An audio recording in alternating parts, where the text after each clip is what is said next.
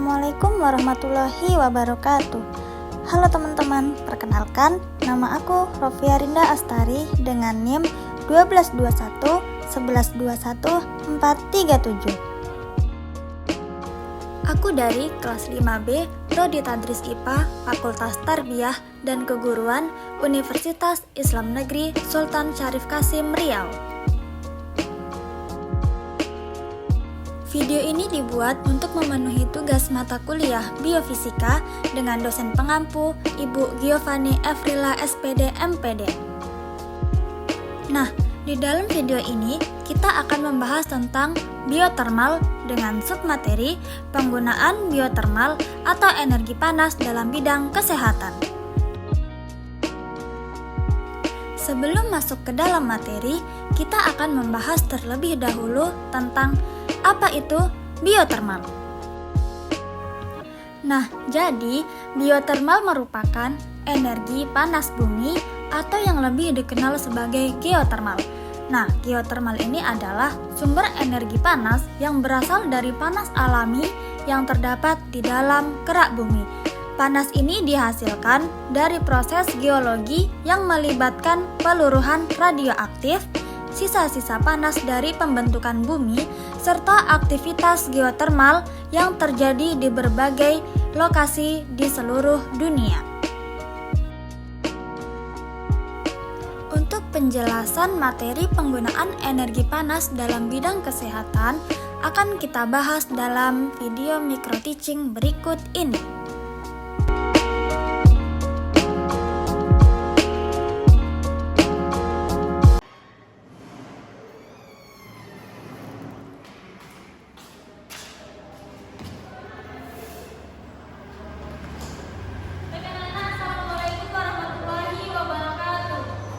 Waalaikumsalam warahmatullahi wabarakatuh. Selamat siang. Siang, Bu. Sehat semuanya? Alhamdulillah.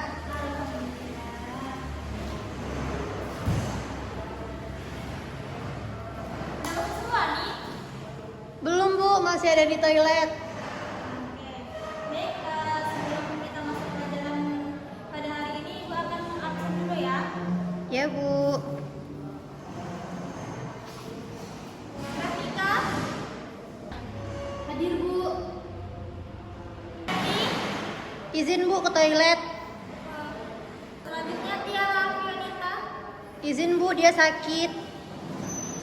Baiklah, untuk absensi hari ini sekian. Nah, untuk memulai pelajaran kita hari ini, alangkah baiknya kita membaca doa terlebih dahulu. Doa dimulai. Bismillahirrahmanirrahim. Rabbi shrah li sadri wa yassir li amri wahlul 'uqdatam min lisani yafqahu qawli. Rabbi zidni ilman warzuqni fahman. Amin. Nah, baik. Sebelum kita masuk materi pada hari ini, Ibu akan bertanya tentang materi kita yang telah lalu. Nah, jadi pada minggu lalu kita telah belajar tentang biotermal. Nah, apa sih biotermal itu? Ada yang bisa jawab? Saya Baik, berarti silakan. kalau dari ini Bu, jadi biotermal ini merupakan satu pengolahan panas itu dalam bidang biologi. Benar ya apa yang dijelaskan. Nah, oke.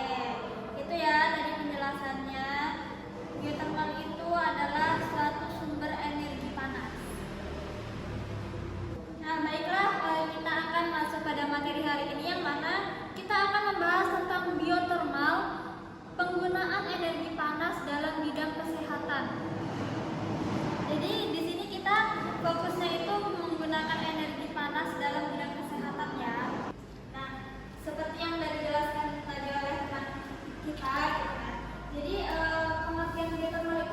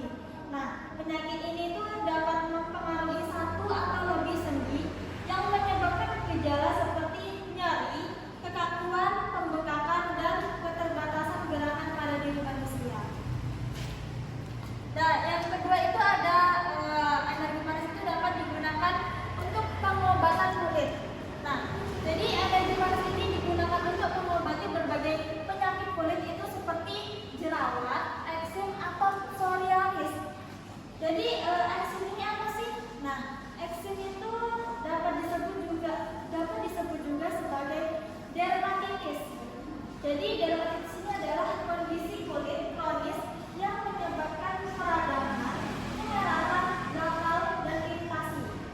Jadi eksim ini bukan penyakit yang menular, tetapi dapat mengganggu kualitas hidup karena rasa gatal dan rasa tidak nyaman pada diri manusia. Nah, yang ketiga itu ada rehabilitasi. Jadi energi panas ini tuh dapat digunakan itu sebagai terapi rehabilitasi, yang mana rehabilitasi itu kan dapat dialami oleh manusia yang mengalami cedera otot atau tulang. Nah, yang keempat ini energi panas itu dapat mengurangi stres dan dapat meningkatkan kualitas hidup kita.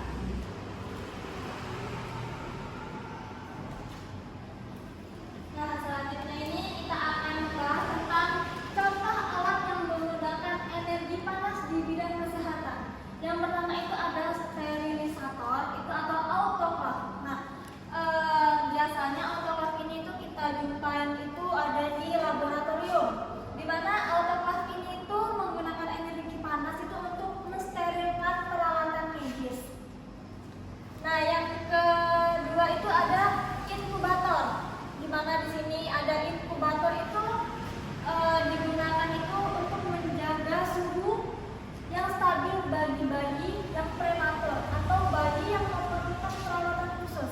Jadi kalau misalnya kita tanya nih, berapa sih suhu yang diperlukan pada bayi prematur atau bayi yang memerlukan perawatan khusus gitu kan. Jadi suhunya itu bagi bayi prematur yang lahir sebelum 37 minggu, biasanya itu suhunya itu diatur antara 34 derajat Celcius hingga 37 derajat Celcius. Nah, bagi bayi yang lahir setelah 37 minggu, nah suhu inkubatornya itu biasanya digunakan antara suhu 32 derajat Celcius hingga 34 derajat Celcius.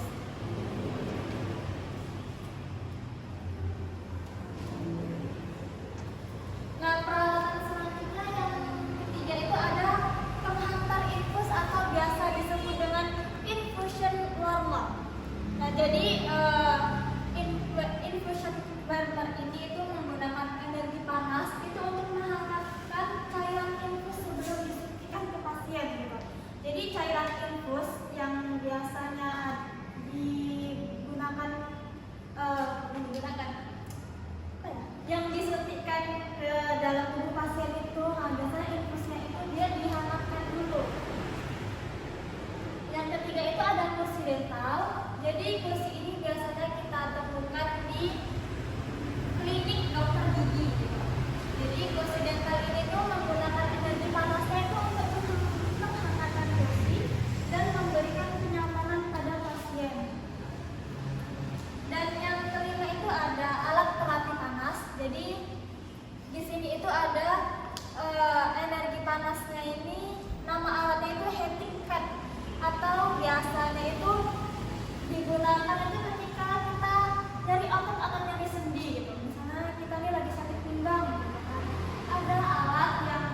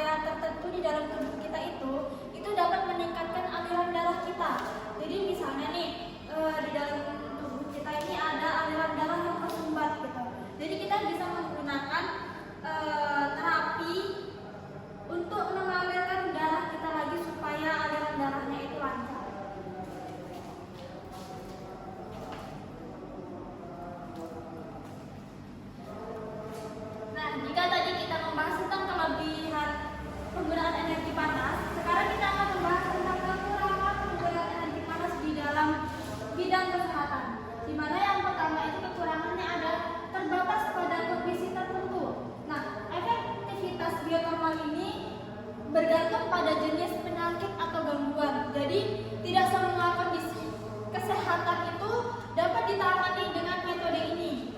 Jadi tidak semua penyakit itu dapat menggunakan energi panas, gitu kan. Nah, yang kedua itu ada potensi overheating.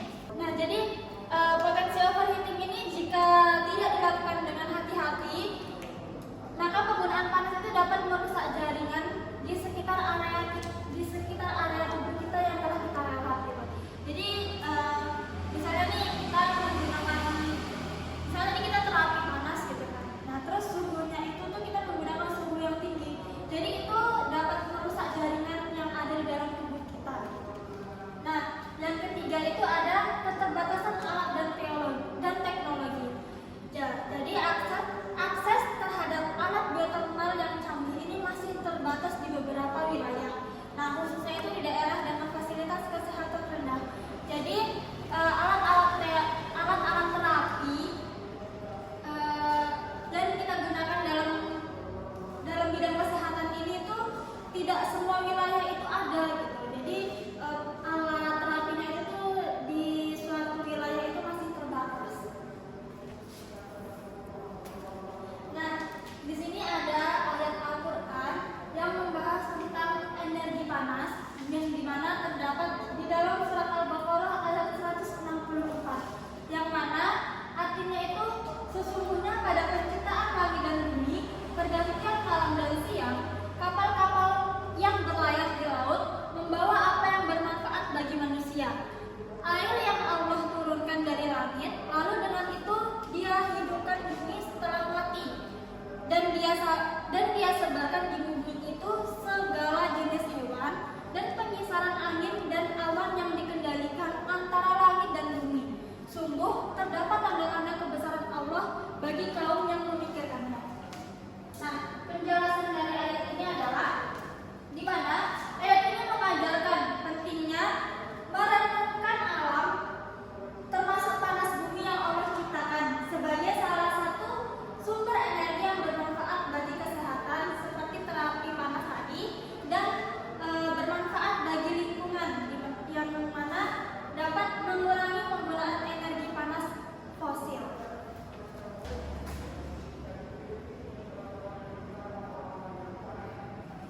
Oke, itulah tadi materi yang dapat Ibu sampaikan. Di sini Ibu akan menampilkan video yang mana ini merupakan kesimpulan dari keseluruhan materi kita pada hari ini.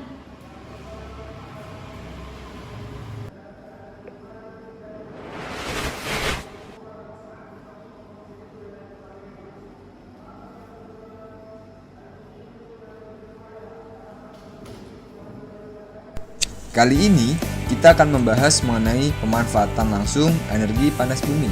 Apakah bisa?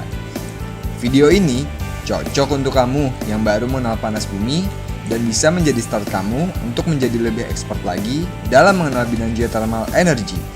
Yuk, langsung saja kita mulai. Kalian sudah nonton video sebelumnya? Apa itu geothermal? Pasti penasaran kan? Manfaat apa aja sih yang kalian belum ketahui dari panas bumi? Lalu, apa yang akan kita bahas pada video kali ini? Yang akan kita bahas adalah pemanfaatan energi panas bumi secara langsung. Nah, sudah penasaran kan semuanya? Apa sih pemanfaatan energi panas bumi secara langsung? Yuk, langsung saja. Selain dapat dipakai sebagai sumber tenaga pembangkit listrik, energi panas bumi dapat juga dimanfaatkan secara langsung, di mana panas dari fluida dimanfaatkan secara langsung untuk memanaskan suatu objek tanpa ada konversi energi lain. Misalnya, untuk memanaskan air, tanaman, dan lain-lain. Pemanfaatan energi panas bumi secara langsung hanya dapat dilakukan di dekat lokasi terdapatnya sumber panas bumi. Jadi, dapat dijelaskan bahwa pemanfaatan langsung adalah kegiatan pengusahaan pemanfaatan panas bumi secara langsung tanpa melakukan proses pengubahan dari energi panas atau fluida menjadi jenis energi lain untuk keperluan non-listrik. Atau lebih simpelnya, memanfaatkan energi panas bumi secara langsung yang tampak pada permukaan bumi. Lalu, Pertanyaan yang muncul, apakah bisa panas bumi langsung dimanfaatkan? Jelas bisa, karena daerah sekitar panas bumi memiliki manifestasi yang bisa dimanfaatkan secara langsung ataupun bisa juga dalam bentuk sumber panas di dalam bumi yang digunakan untuk penggunaan di heat exchanger atau alat penukar panas sehingga diperoleh air hangat untuk dapat digunakan keperluan sehari-hari. Beberapa contoh pemanfaatan panas bumi secara langsung adalah pemandian air panas. Pemandian air panas memanfaatkan manifestasi permukaan yang berupa air panas.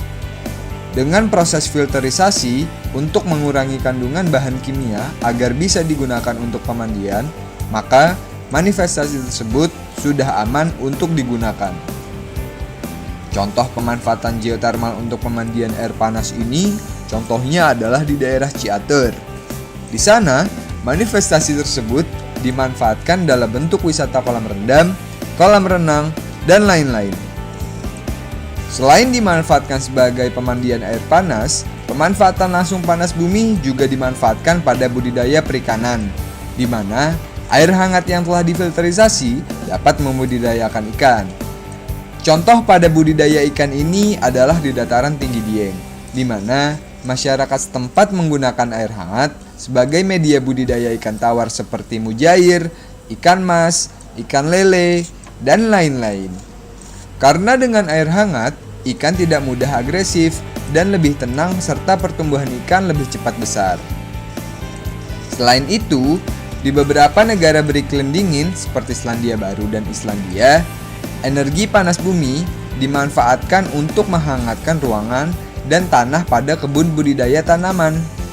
Di Selandia Baru contohnya, Jafferman Gardens yang terletak di Rotorua adalah salah satu contohnya, di mana tanaman seperti mawar, bougainville, dan bunga lili tumbuh subur karena tanah hangat hasil pemanfaatan energi panas bumi.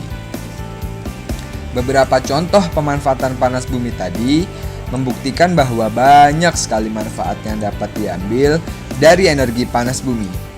Oh ya, perlu kalian ingat bahwa pemanfaatan langsung panas bumi bersifat site dependent. Artinya bahwa energi tersebut tidak bisa ditransport, melainkan hanya dapat dimanfaatkan di tempat terdapatnya energi panas bumi tersebut. Bagaimana sahabat jiwa? Kalian masih penasaran kan dengan penjelasan geothermal yang lainnya? Tonton terus video-video AI5 untuk belajar lebih lanjut dan komprehensif mengenai energi, geothermal, dan teknologi hanya di Jiwa Sistem. Sampai jumpa di video lainnya.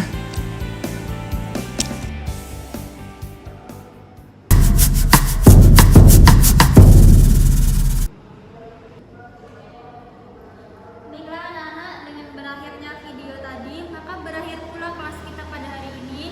Jadi untuk pertemuan minggu depan kita akan membahas tentang penggunaan energi panas dalam bidang lingkungan. Sekian dari Ibu, selamat siang dan wassalamualaikum warahmatullahi wabarakatuh. Waalaikumsalam warahmatullahi wabarakatuh.